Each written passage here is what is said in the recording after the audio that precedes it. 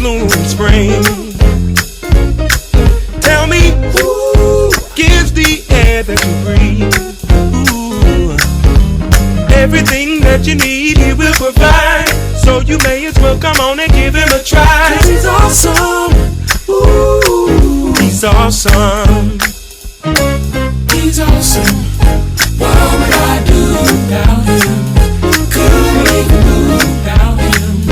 I don't wanna be without him. He's awesome.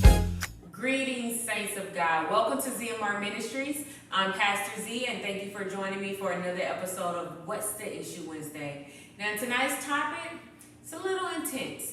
It's called church hurt.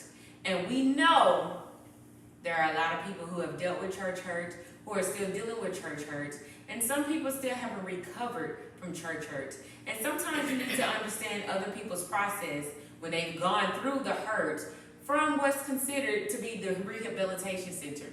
A lot of people do look at the church as a hospital. So when you go somewhere to be healed and you're hurt even worse, what do you do? So tonight's topic, church, how about hurt?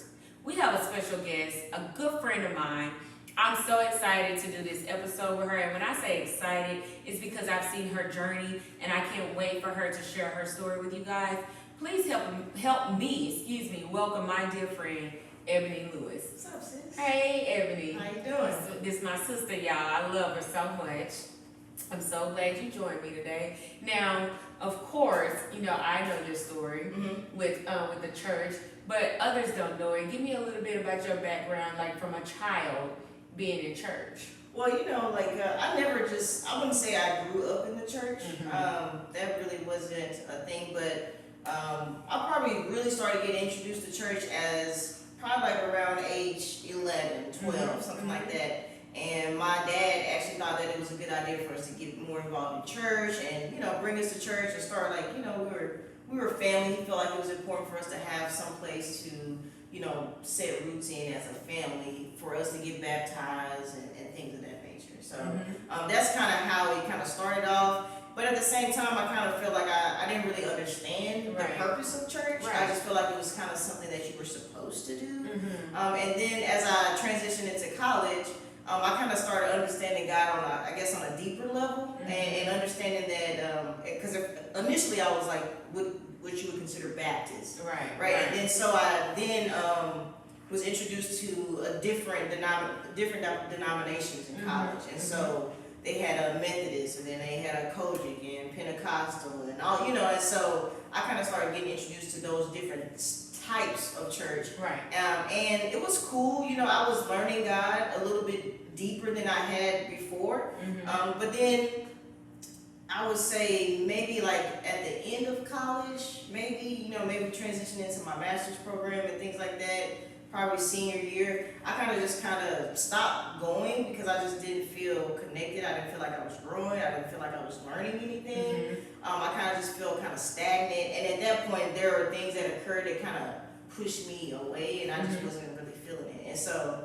now I don't go to church. Like as far as the building, I don't go to church, and as of now, I don't really have a desire to be in church like that. But of course, I still have reference for God. I love God. I just don't go to church. So when you hear the word church, what feelings are associated with that? What comes to mind? Well, as far as feelings go, I think church can be a good thing for certain people. You know what I mean? I think church fulfills a need for a lot of people. That it's very helpful.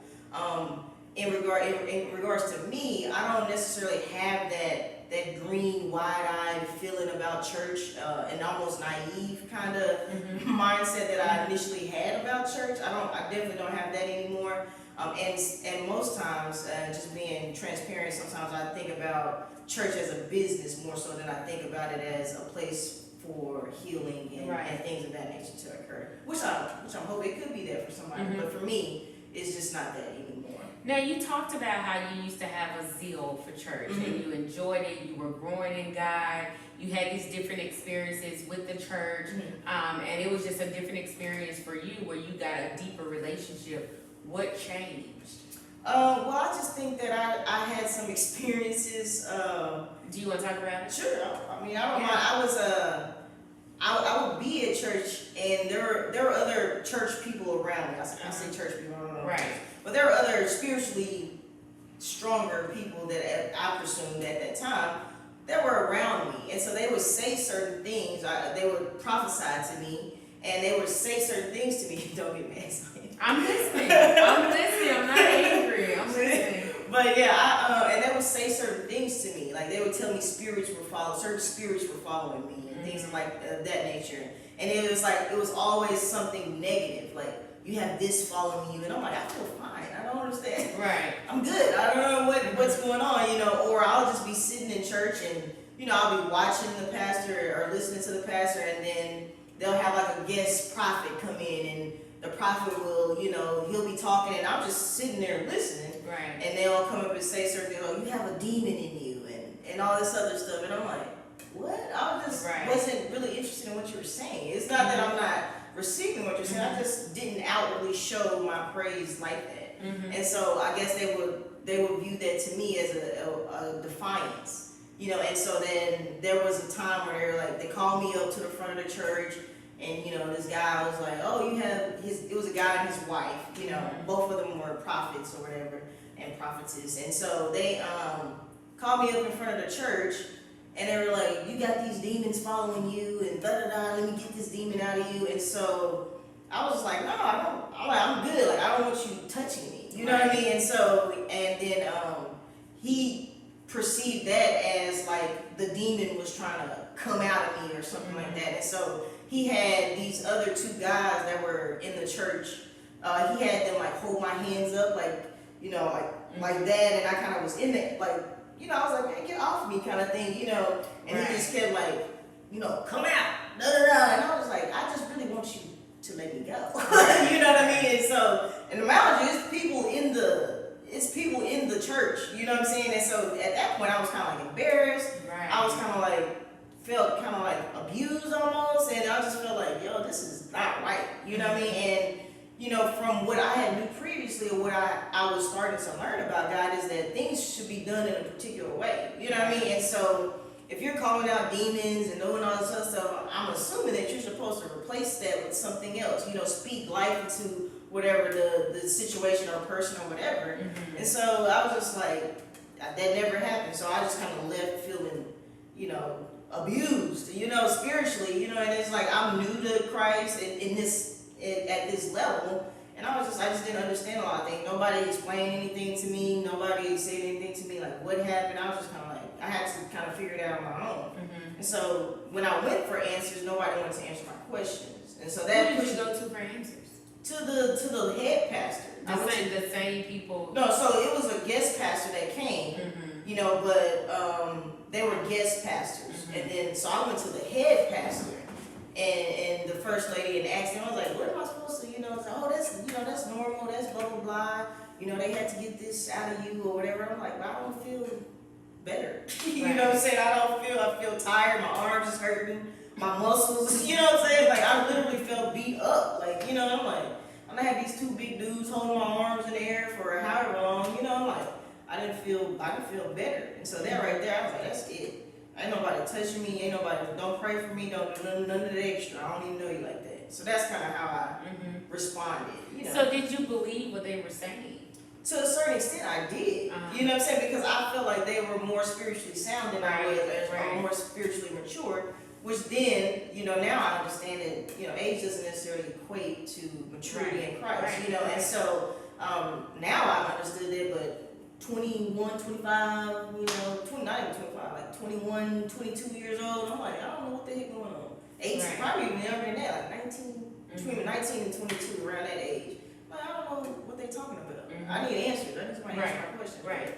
How were you introduced to this ministry? Because it seems like, when you were excited about God and overzealous and wanting to know Him, was it that particular ministry, or did you find yourself somewhere else? Well, I found myself somewhere else, you know what I mean? Because, the influences that I had, like, there was this bus that used to come and take us to the church but that bus stopped coming. So out of convenience, being a college college student, I'm like, okay, this church is closer. Right. I could just go right here. I have to drive all the way to, wherever I was driving to, and so it was more convenient. And then there are other young people around my age too that were very like, hey, let's, they were on fire for God, and they were very excited, and we were like-minded, and it was like, I feel like it's good, you should come, and I, that's kind of how I was introduced to that particular church or whatever.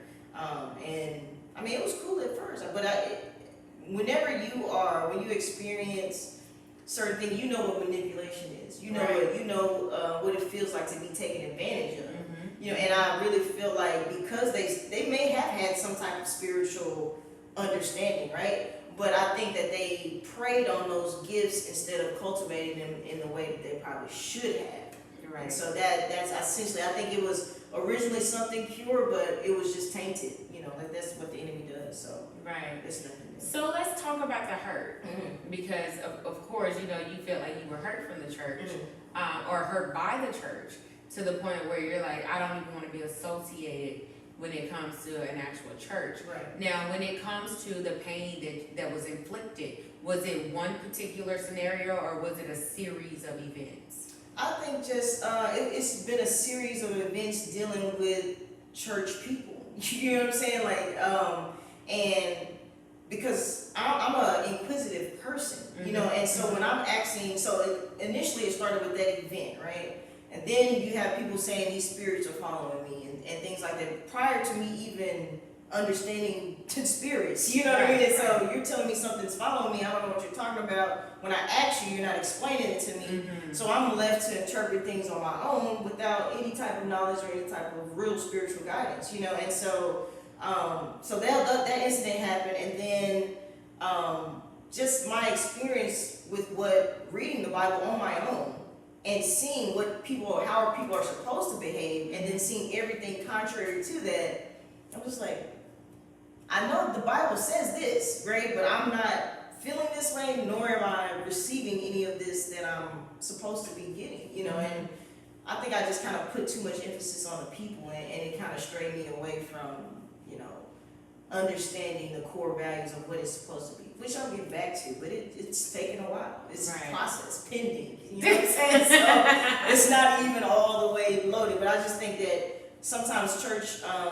my experience with church people is that they have such a reluctance to answer questions, and then when people I really do just want to get an understanding. I think sometimes that's misinterpreted as me being defiant or somehow being like rebellious, and I'm like, I'm not. I really just want to know, I just want somebody to answer my question, and nobody seems to want to do that out of their own belief, their core belief. It's this way or no way, and I get that, but for somebody who's learning, you can't have that approach, because you leave so much room for other things to define what a thing is. You know what I mean? And when I'm coming to the source that I'm supposed to be getting the correct answers from, and you don't want to answer me, okay, well, let me go find the answers myself and interpret it how I want it, or how this person tells me, or the enemy comes in and tells me it should be interpreted like this, but I originally came to you. You didn't want to answer my question, so what am I going to do? So, that's kind of. Let's talk about response from your family and friends, because you didn't grow up at the church per se, and then now you went from Team Jesus, everything about God, I'm saved, and all of those things, and then to where you are now. How was your family and friends' response then versus it, how it is now? My family is not a real spiritual type of, family, and so I don't know if they even really knew about all the transitions I was going through. I knew one day, I'm Baptist and you be quiet in church and you don't say nothing, to okay, now you know how to speak in tongues, and they're like, they were like, that's weird. You know what I'm saying? Like, what are you doing? You know what I'm saying? What church design you're dragging you to? And I understand there's different levels to God, and that was the best way for me to explain it to them. And they got it, but they didn't really respond in any type of way. I don't think they kind of, not necessarily didn't care, they just wasn't aware enough of themselves in order to feel any type of way about it. And actually, they probably not even know about that experience. So did you internalize that experience?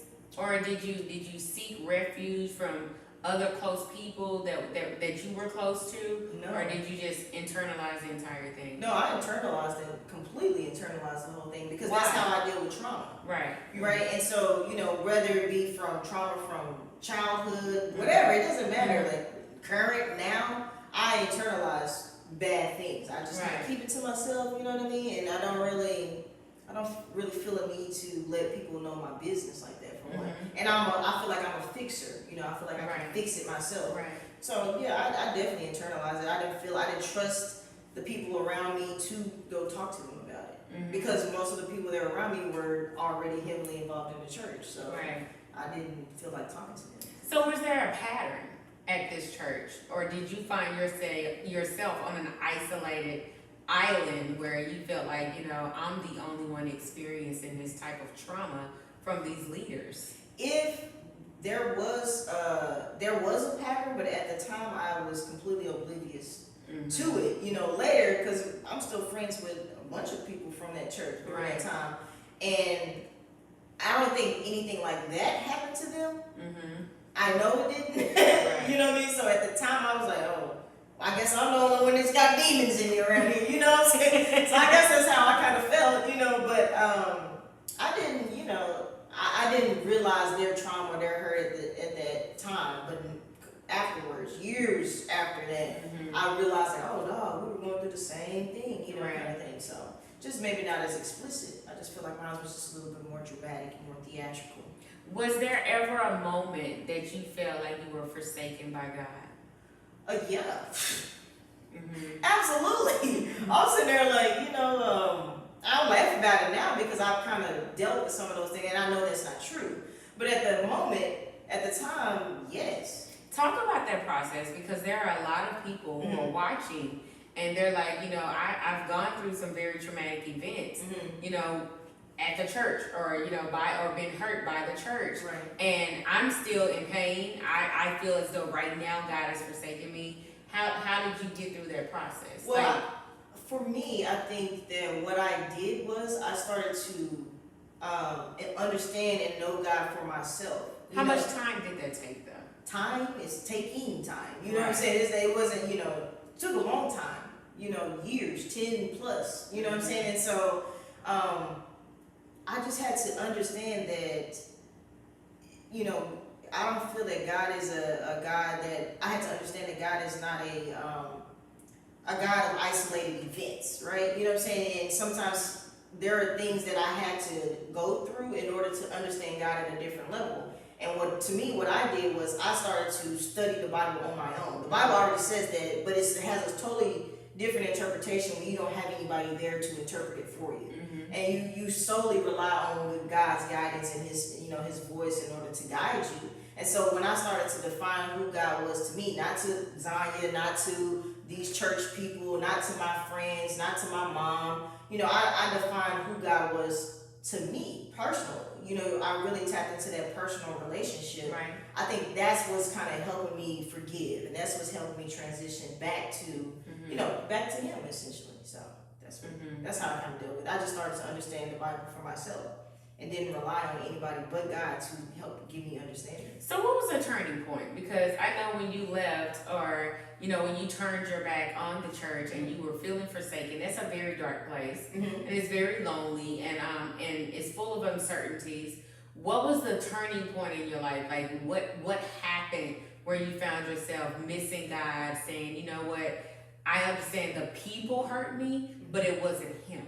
I ran into a person, or a coworker of mine, and this is my dog right there. It's my dog. It's my boy. But we taught across the hallway from each other, and I really was able to see God's love through him.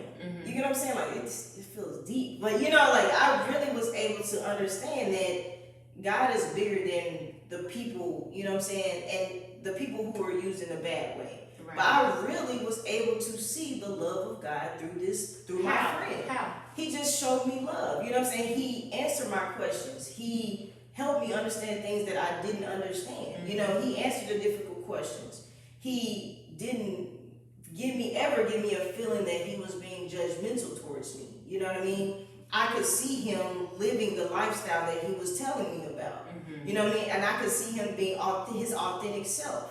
You know, and I thought that realness, I didn't feel like I was talking to some super Christian you know what I mean? Like, I feel like I was talking to a real person. You know what I mean? And I'm like, man, like, that's cool to me. That's dope. Like, that's how I am. You know, I may not have like the whole look of that, but I do feel that way. You know what I'm saying? And I think I was able to kind of understand, like, a Christian doesn't have to look like this way. Right. And so he really did help me. And I really feel like that was the turning point for me. I'm like, you know what? Maybe I need to forgive these people. You know what I'm saying? Maybe it's like, maybe it's not them. You know, maybe they were being used in a way that's beyond my understanding. And so I really do, you know, I feel like that he was sent by God to help me understand that. You know, understand what it really means to the love of God. I really do. You know, I'm listening to you, and I think a lot of times when people are hurt by the church, you know, they have a difficult time of separating Christ from people. Absolutely. You know, and it's like when you talk about church hurt, you're like, hey, Christ didn't hurt you. And everybody didn't hurt you. Humans hurt you. Right. You know, who are a part of the body of Christ. And we all understand that we are imperfect people serving a perfect God. And so it baffles me a lot of times. Not baffles me to the point of not understanding. But it's like, you know, when people hurt you in the church, it's forsake them forever. And versus when people hurt you in the world and you still find a way to commingle and coexist and be cohesive. You know, when were you able to make that separation of God and people and understand that these people hurt me who may be in the body of Christ, but that doesn't mean that God approved of what they did. And to be completely transparent, I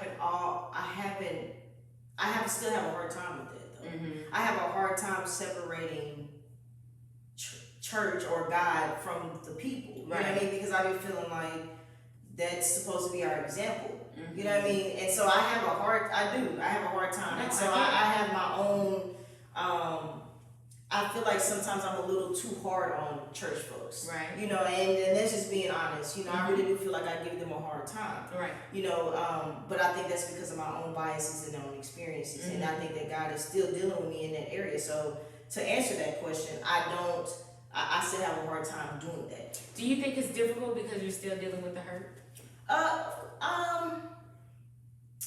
I think it's difficult because I become more opinionated and more stern in what I believe in and what I don't believe in, what I accept and what I won't accept.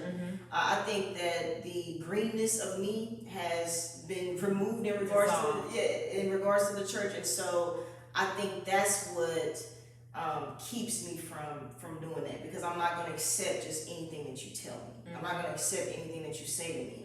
Either I'm going to find it myself, you know, and pray and get an understanding on my own. I'm just not as accepting as I was. And so I think that's what prevents me. So, but yeah, I have a hard time. So I know, of course, we were very close, you know, in college, and still are very close. And so, you know, I don't want people. I know some people are watching it like, well, she couldn't see the love of Christ through Zanya and this and the third.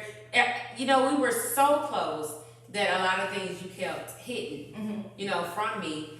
But what makes me think about that is when you think about, you know, the entire process and what you were enduring and what you were going through, and then I see where you started, you know, and how God was growing you. I saw how you were growing in the Word and how you were fasting and you were praying and you were getting strong spiritually, and the Lord has started using you in a lot of your spiritual gifts.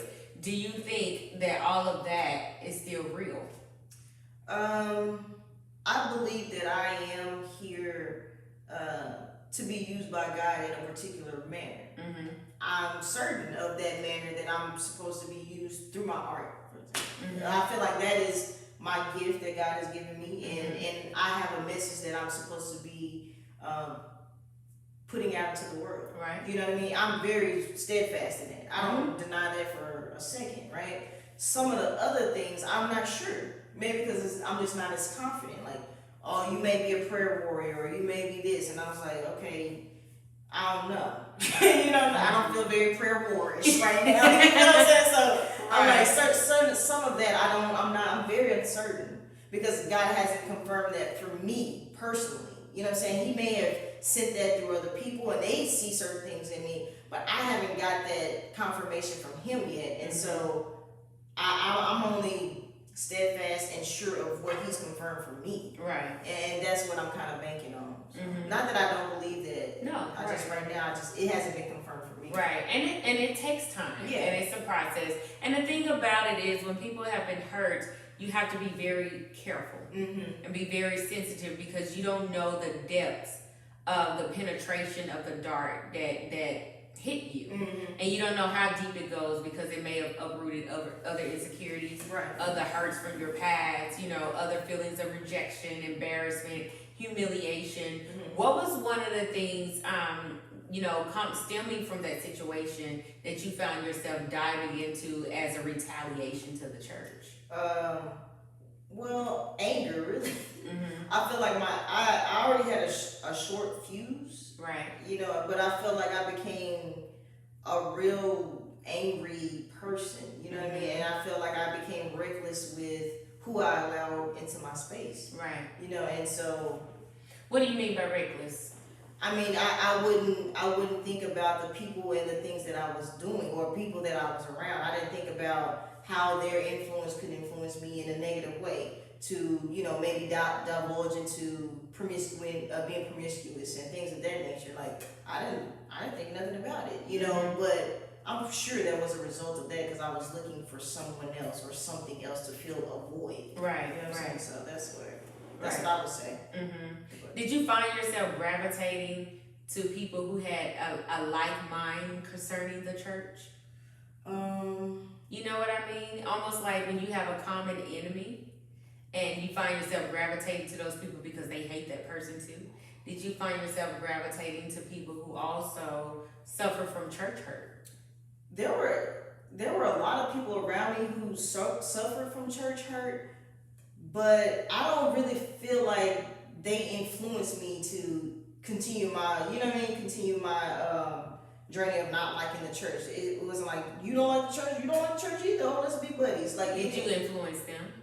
I never, what's crazy? I never really talked bad about the church, even despite my experiences, because I internalized it. Right. I never spoke ill of the church because out of my respect for God, you know what I'm saying? And I feel like it was wrong for me to do that despite of me being displayed like that. Mm-hmm. I still felt a conviction about talking bad about the church or church people. Mm-hmm. You know what I'm saying? I just feel like, I can't do that because it's disrespectful to God, not because of who they were. You know what I'm saying? So do you believe God allowed you to experience that type of hurt, that level of pain, because he wants to use you in a way that exemplifies who he really is versus how the people treated you?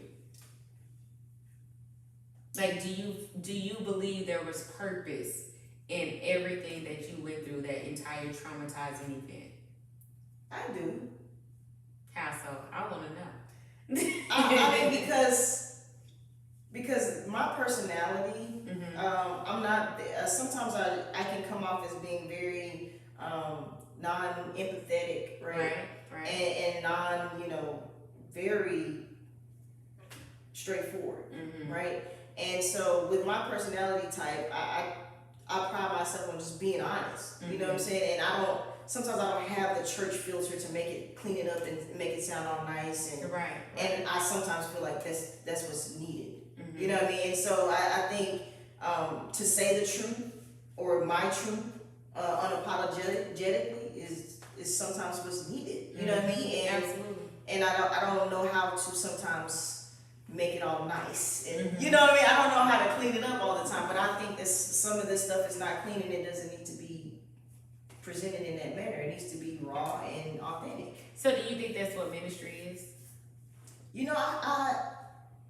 I don't think not all the time. You know what I'm saying? Not all the time. I think that there's different, for me, I think that's how it's probably going to come off. You know what I'm saying? As very authentic and raw and just straight to the point, and it is what it is. I think but there's also, you need the softness of it too. You know what I mean? You absolutely need the softness of it. And some people have that type of spirit. Like I don't know if I do, but I might, but I don't feel like how it has to be all the time. No, I don't. But I just feel like it's a place. Everybody may not be able to handle me or you, right, or right. they may not be able to. So it just depends. So you said your relationship or the growth or the healing is pending right now. Right. Did you ever get to the point, because I know you understand in church when we get to the point of I surrender all. Mm-hmm. Did you have a surrender all moment? No. Still haven't had it. Mm-hmm.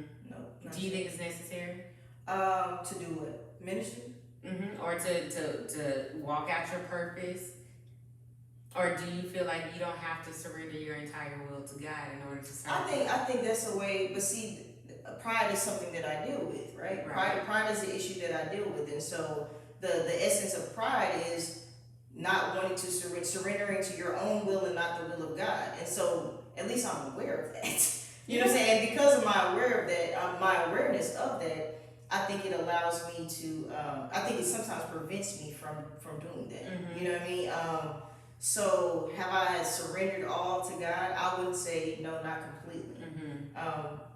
And sometimes I do have the feeling where I just feel like I need to clean myself up a little bit more. Right. And I know it says, come as you are, but a lot of people say come as you are. And then when you come as you are, they don't accept how you are. Mm-hmm. You know what I'm saying? So those things I'm still working through. You know what I mean? So do you feel like you have to clean yourself up because you feel unworthy?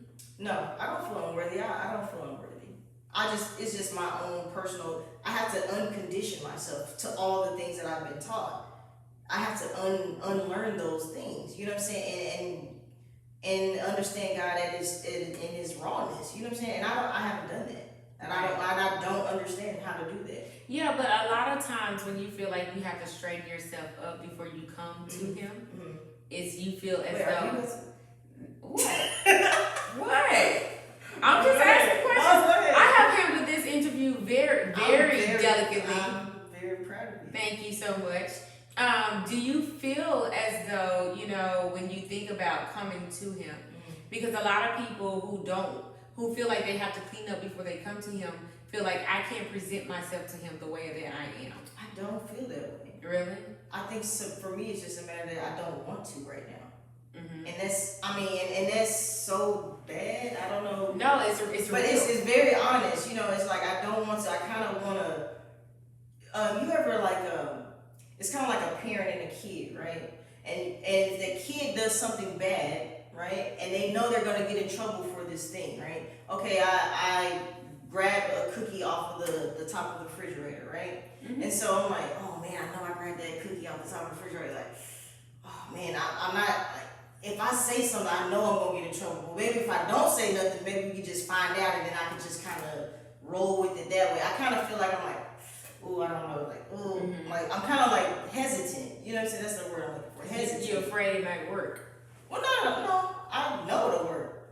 Then maybe that's the fear. Maybe that's the fear. Maybe that's the fear. And I understand that I'm gonna have to, maybe just I'm gonna have to change some things. And I've been dealing with this for so long. Like change is a scary thing. So do you feel like a piece of you doesn't want to completely surrender because you're afraid that you'll mimic what happened to you? No. Are you? Well, not necessarily, because I know you wouldn't react like those people. But what I mean is, that you will become something that you oppose so fiercely. No, I don't have that fear. I think my fear is failure. Like coming to God, doing what I'm supposed to do, and then still not achieving the things that God, still not living up to the standard that I'm supposed to. Does that make sense? Mm-hmm. Okay, so that's kind of what it is. It's not necessarily I don't think I'm scared that it's gonna work. It's just I'm scared that I'm not gonna do what I'm supposed to do to make it work. So you think it's a bunch of parts and whole? Right. Yeah. Mm-hmm. Yeah, that's a good way to put it. Yeah. I mean, I put stuff in. Yeah, because you're just so great. So let me ask you, Ebony, because we've talked about your process to healing and how that's pending. Right. Is forgiveness still pending? Is forgiveness still pending? No. Mm-hmm. I forgive those people. I just don't like them. right? Like it's not a matter of me not forgiving them because I understand the power of forgiveness for real, right? You know what I'm saying? Because the many things that I've experienced, and fallen short of, and I really feel like God has forgiven me, for a lot of things and transgressions, and I feel like I get a fresh start, and because I understand that they're human, the forgiveness part is not the issue, nor will it probably ever be because I get over things quite quickly, you know what I mean? Like, as far as like, I don't allow it to stop me from doing anything. But you do fester things. Yeah. And like you said earlier, you internalize things. So does that mean you're not dealing with it? No. When it comes to this area, the church hurt whole thing, I think I'm good with it. The fact that I'm having this conversation with you to me is a sign. It's a lot. It's a lot. Mm-hmm. You know what I'm saying? But I just don't feel like I don't forgive them. I really don't feel that way. Mm-hmm. Like I said, I don't like them. But I don't not forgive them because forgiveness I feel like is very, very important. So you don't have any ill feelings towards them? No, not at all. Have you had any encounters with them since you left? I have not. I've heard some people have tried to reach out to me and I wouldn't be opposed to them reaching out. Really? No, I wouldn't. I really wouldn't. What do you think that conversation would be like? Or what would you want it to be? I don't have any expectations of my wants because I feel like if I put an expectation on that conversation, and if that expectation is not met, then I'm going to be disappointed, and then I will have to start my process all over again. So I don't have any expectations in regards to what that conversation would be like, and I couldn't imagine what they would say because I don't know how God is dealing with them. So I just know that I'm going to be open to if it even ever happens, which I doubt, but if it ever happens, I'm definitely going to be open to it because the thought of forgiveness and grace and mercy, and just like the same things that's extended to us every day. Right. Who am I? You know what I'm saying? I'm not in a position to reject that notion. So lasting damages, that it caused. Of course, we know there's some residue and some of the damage is still there. Right. Do you think you'll ever be able to overcome it? Absolutely. I think because I have a triumphant spirit. You know what I'm saying? I have a spirit that understands that things don't necessarily last always. You know what I mean? And that really drives me. Right. I mean, because I feel like I conquer, not to get all spiritual and stuff. No, it's fine. I feel like this is ZMR Ministry. I guess, but I have that in me to conquer, and I've been through so much that this is kind of, it's detrimental, don't get me wrong, but not to marginalize it at all. It's super detrimental, but it's not going to define who I am and define how God chooses to use me, period.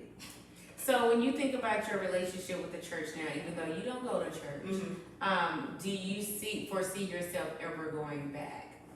Not now. Not at the moment, just because, no. Is it just hurtful memories? It's not hurtful memories. It's not even the hurt that keeps me away from church. It's the distrust, and I don't understand how you can have such a huge influence, right? And sometimes I don't feel like that influence is used to really. I don't know. Sometimes I feel like it's not used for good. I feel like it's used to benefit something else. You line your pockets or whatever, you know what I mean? Like, I feel like it's being taken advantage of. And so that notion, that idea of church, to me, like I said, it's kind of like a business to me sometimes. And so because I'm dealing with getting rid of that, I don't foresee myself anytime soon. Not that it can't happen. So I want to challenge you for a moment. Oh, Lord. Because we've had a previous conversation, and I remember you saying, sis, I think the church is just full of egos. Who's the most anointed, who's the most powerful, look at me, I can cast out this demon. I saw this, demonic spirit in her, and I said, loose here, and it was gone. And that's arrogance, it's pride, it's egotistical, but you deal with arrogance. So it's like, is there a difference between your arrogance or theirs, or is it the same? Well, I think that there's a difference between my arrogance and their arrogance because my arrogance... Is it two different arrogances? I mean, I'm going to give you my thoughts. Okay. I feel like me being arrogant I don't feel like I'm directly affecting people. I don't feel like I am. You don't But if you feel are, like you are, but how well, do you know? Well, I don't, but I don't feel like I am.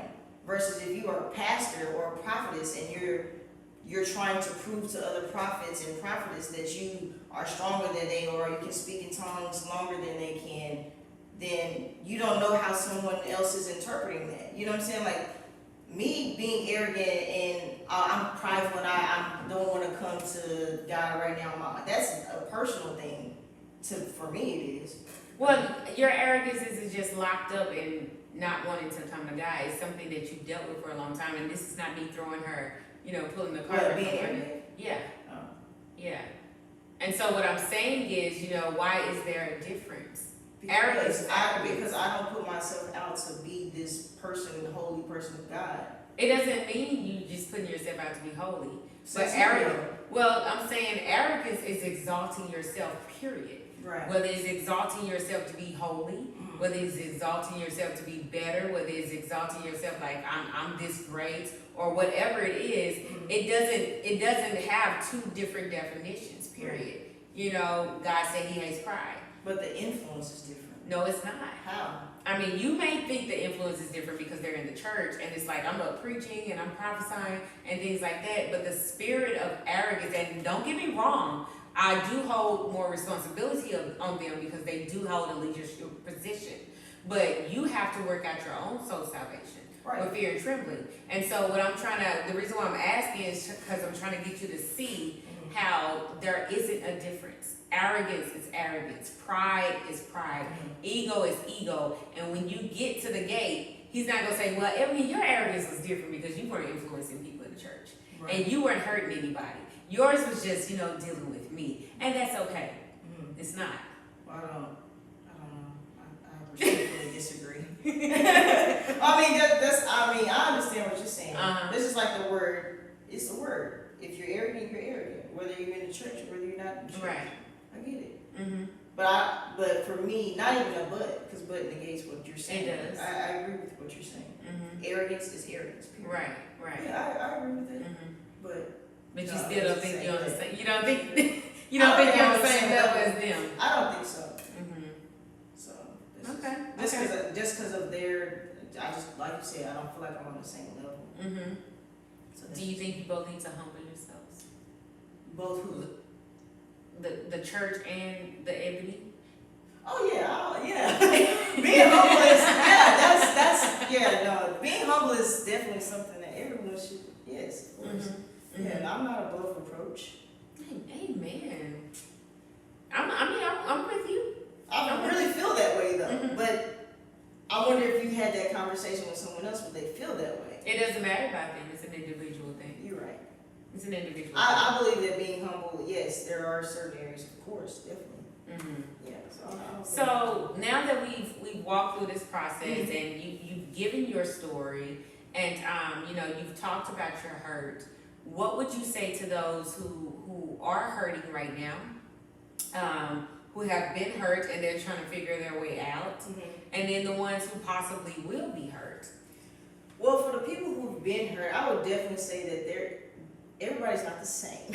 That's why I had to I'm really working on not prejudging and everybody's not the same. And I've seen it for myself, and so we can't put all church people into a box. It's not fair to them.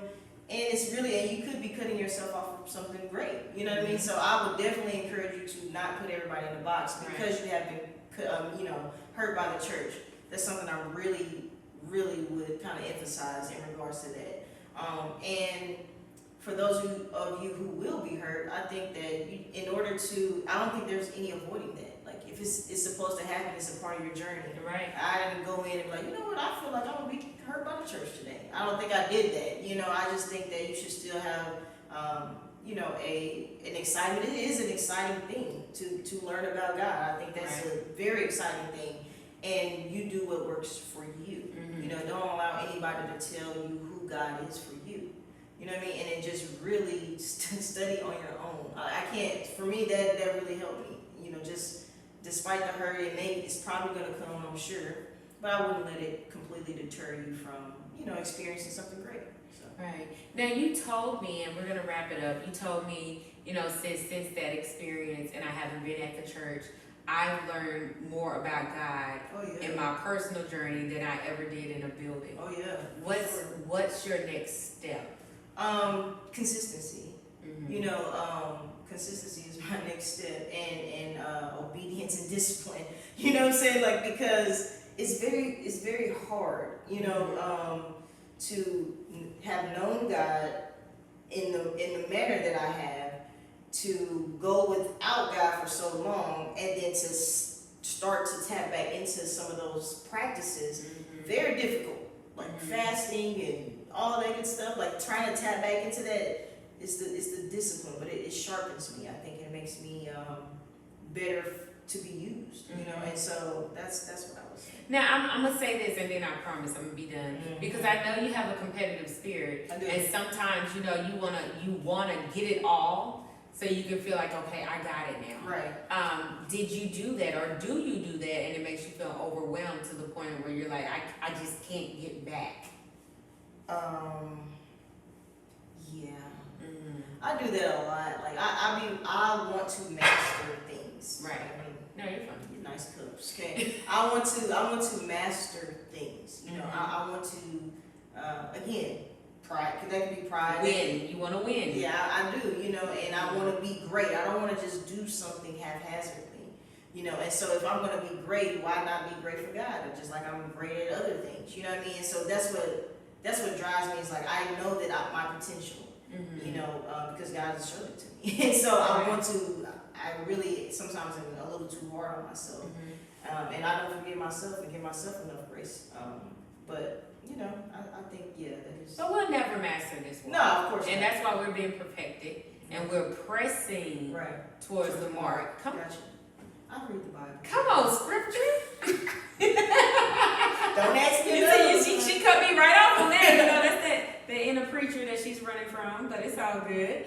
But I appreciate you having such a real conversation on camera. Yeah. Because you and I talk, and of course we talk more in depth.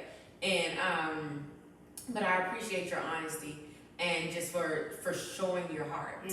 Because there are so many people out there that are listening, and they're saying, you know what, I've been there, I'm there right now. And not only that, I'm right where she is. I understand what she's saying when she's like, I don't want to go back to church. I don't ever want to step another foot in the church. I hated the church people. And honestly, we are all in the body of Christ. Right. And so it's like, that's just like hating your right arm because it's hurting, and then you don't cut it off. You know what I'm saying? You nurture it. You take care of it. You nurse it back to health. And what I want people to understand is this is not to point fingers at the church. No. It is not to throw daggers at prophets and pastors and leaders and apostles and all those things and people, ministers, elders, whatever it is. This is not to throw darts at people, but this is realistic stuff that is happening. And it's damaging and it's lasting. And it's causing more pain than it is, or in other words, some people feel like the church causes more pain than it does healing. But what I want people to understand in watching this Church Hurt series is that you can overcome. Yeah. It's a process. It may take time. We're not pretending like your hurt is not real. You know what I'm saying? I know we like to pray things away, but we're peeling the layers. We're allowing you to see the layers that she had to go through, and she's still going through, and that's realistic. And so when someone tells you, oh, you just need to let that go. That means you ain't forgave. Well, it's a possibility I haven't. And you know what? And that's okay. It takes time. And sometimes it takes outside resources like counseling, like therapy. You go to therapy and stuff. Yes. And so I wanted to have these open, engaging conversations because I wanted to let you know you don't have to turn your back on God himself. And the people that make up the body of Christ, because the church is a building, or you consider the church as a building, we are the church. Absolutely. And so it's like hating the church, you're hating yourself. And so it's human beings that make up this church, and these human beings are imperfect. And so we're going to make mistakes. We're going to do things that's going to hurt each other. We're just like a family. You know how your family hurts you? Your family says things that I mean, words can hurt. They're daggers in your spirit and your soul, and you're continuously thinking about it. It's no different from your family in the body of Christ. And so I want you guys who are watching, who have been hurt. I have been hurt. I have been hurt by the church. You know, I haven't told my story, but I'm telling you, I've endured it. I've suffered it. I know what slander feels like. I know what betrayal feels like. I know what it feels like to be embarrassed, to be humiliated, you know. But you find your way back because you find yourself on your knees and seeking God and not people. Mm-hmm. And so when you find yourself looking to Him and not the people, then, you know, when they hurt you, you understand, you know what, I'm going to pray for them. I'm going to get through what I need to get through so I can heal. But I'm going to pray for you because I understand you're human as well. And everybody is in their process. And you know what? It goes back to an old saying, or, you know, people say it all the time now, hurt people hurt people. Absolutely. And so the body of Christ is built up of hurt people. And honestly, we're all bleeding on each other. But it takes a real experience with God Himself like you had to get to the point where you say, okay, here I am naked. I'm arrogant. I'm this, I'm that, I don't like this, I feel like I need to clean this up, and that's exactly how God wants you. He wants you to come as you are. That's not just cliche, and that's not just talking about your outward appearance, your clothes, you know, your jewelry, your tattoos, your different color hair, and things like that. None of that matters to God. He wants your heart. He wants your heart. So I pray that you serve her heart. I pray that the wisdom that she imparted and the advice that she gave the ones that are hurting or may experience hurt. First of all, hurt is a part of your journey in life. It's not just in the church. If you leave the church, I guarantee you the world gonna hurt you. Sure. So it's not, there's no escape from it. So escaping from the church is not gonna mean that you're not gonna be hurt. So you can throw that away. I want to encourage you to do a self-assessment, to look on the inside, to get on your knees and say, Lord, you know what? Show me. Forget the people that hurt me, but show me where I am. Why is it that I allow myself to be offended? Why is it that this hurt is still lingering? Why is it that I can't forgive? Okay, God, I can't guarantee they're going to come back and apologize. Those people may never change, but who doesn't change is God. He's the same today, yesterday, and forevermore, and He's waiting on you with open arms, and He'll never hurt you. He'll never leave you. He'll never forsake you. He's there. He wants to redeem you. He's already paid the price. He's like, come on. I'm here with open arms. I want you. Your dirty self, your broken self, your hurting self, your arrogant self, whatever it is, He's waiting on you. So I pray that as you watch and you listen to the experiences of my friends and my guests that are on here, talking about their church hurt, that you find encouragement, that you find empowerment, that you find yourself at the feet of God, and you can come out on the other side with a testimony. Processed, but you'll come out with a testimony, okay? Thank you, Ebony, of course, for joining me, my sister, my friend, my boo, my stink. I love her so much, y'all. I truly do. Thank you, seriously, because I know these conversations are not easy. And so for you to be so candid, I thank you for your transparency. And thank you all, as always, for watching ZMR Ministries. What's the Issue Wednesday? We're going to continue this church hurt, series. And you're going to hear more testimonies. You're going to hear from more people. They're going to be giving you their hearts. And I pray that you're tuning in and it can help you grow and it'll give you liberation, okay? Join me tomorrow. It's Thursday, so y'all know what that means. We're walking the Word. Fresh revelation, come on so we can eat together. I can't wait for you to join me. Thank you and have a blessed evening.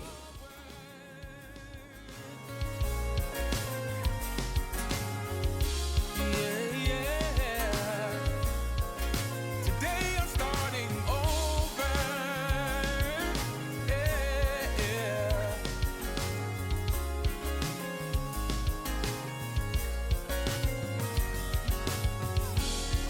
Any man that's in you, I know that you can make new.